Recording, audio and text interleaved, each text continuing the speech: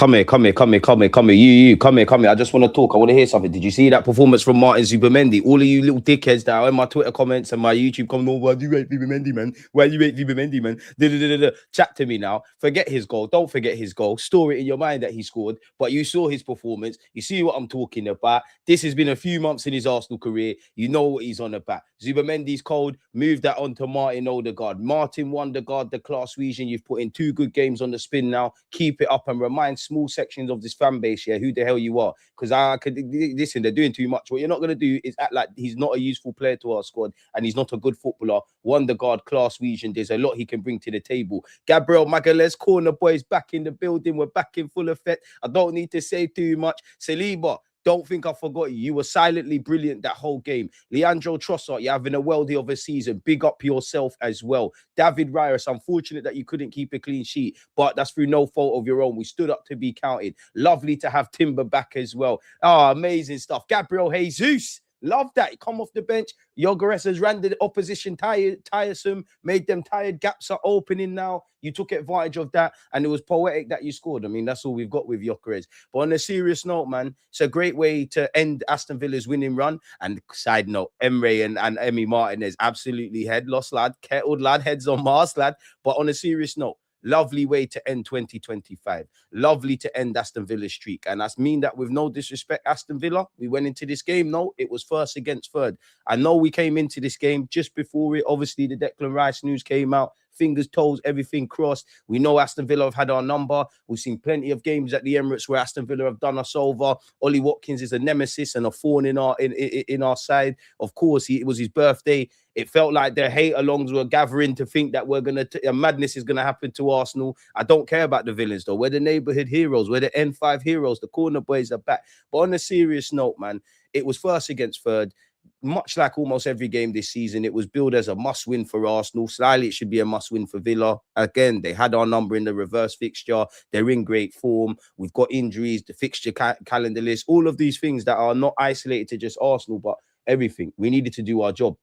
And I like the fact that in the second half, you smelt blood. You all found your shooting boots. You know, I'm happy that Saka and Odegaard actually got assists. Trossard obviously deserved the goal. I think he's been brilliant. Lovely from Magalhaes and Jesus. Don't care who scores, how we score, the stat we score. Ultimately, a great team performance. Now, in the first half, though, I do think there's stuff we could learn from. Clearly, Aston Villa, and I'm not saying it's the worst approach, but clearly their approach was we're going to sit in, we're going to frustrate Arsenal. Because think about it, football mirrors life.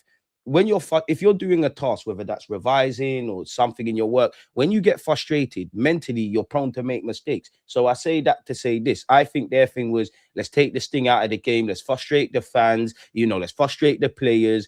We'll go on the counter attack. They're obviously doing more than that, and it was working. I think, you know, they were getting out of our press expertly. They were getting into 3v2s, 2v1 situations. They were pulling our defense apart tactically, and there was a couple of half chances that I'm sure a clinical man in Ollie Watkins, who's probably going to go to the World Cup, because if it's not Kane, you need someone else.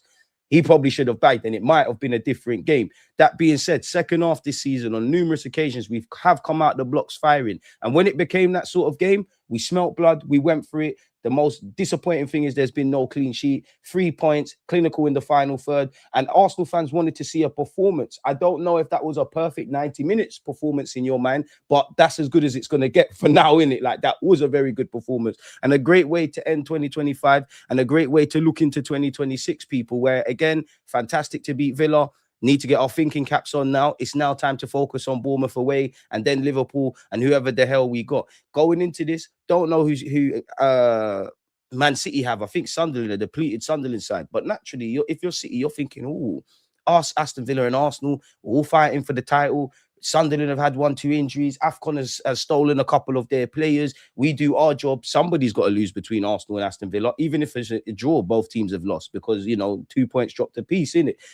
And we knew we needed to go and win this, people. So it's lovely to win. And if I'm honest, against the big, whether it's the big, historic big clubs, which Aston Villa are, or the teams in form, this season so far, we've not gotten the result.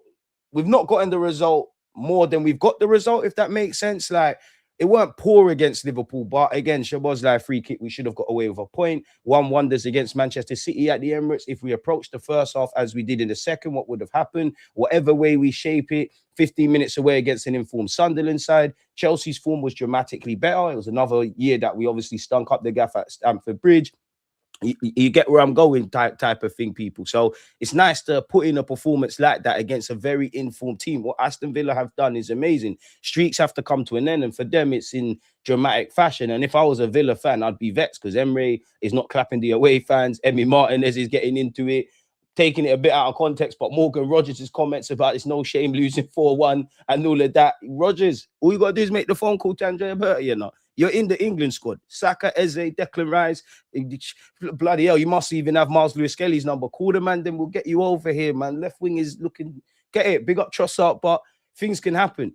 And how nervous were we going into the game beyond the obvious? You know, Declan Rice was probably a candidate to play right back. He's hurt his knee. You know, there was rumours around Timber and Calafiori. Lovely that Timber's back. No clue on Calafiori. Big up Gabriel Magalhaes. I was worried about Magalhaes' overall fitness, and you know, he looks a lot fitter than needed to be. You know, but we got to marry that one carefully. But Gabriel Magalhaes back. Our defense is somewhat stable. We just need to get our players back, man. We just need to get our players back.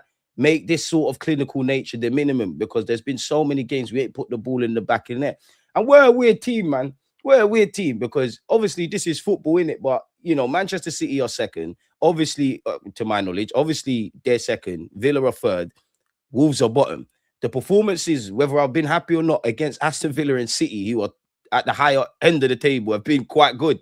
Against Wolves, it was rubbish. So we still need to find that minimum. I still don't think, you know, I think we've shown in patches. Aston Villa, first half against Brighton, the whole totality of the Newcastle game, resilience against Sunderland, and in those kind of moments, people, there's been, you know, Champions League is a bit of an exception because we've been superb. But in the Prem, I think there's been little inklings of how good we can be. We've had a good 60 minutes, a good 45 minutes, a good 20-minute spell, you know, a great 90 minutes in isolation against Newcastle. I still think we have to go up the gears and show that up the gears on a more consistent basis, if that makes sense. And that's my hope for the second half of the season. If our attacking players now can stay fit, build some relations, and go through some real patches of form, it will help us out. Clearly, we need to keep players fit because it's the knock-on effect. That was the worry for me about yesterday. It'd be the knock-on effect. Is Arteta going to tweak things, which he did? Is he going to kind of try and keep things the same, but it's different kind of players, and you can see the drop-off? Like, we was talking on my stream about flipping Norgard playing right back, and do we go to a back five and you make Saka players at right wing back? I don't know, man.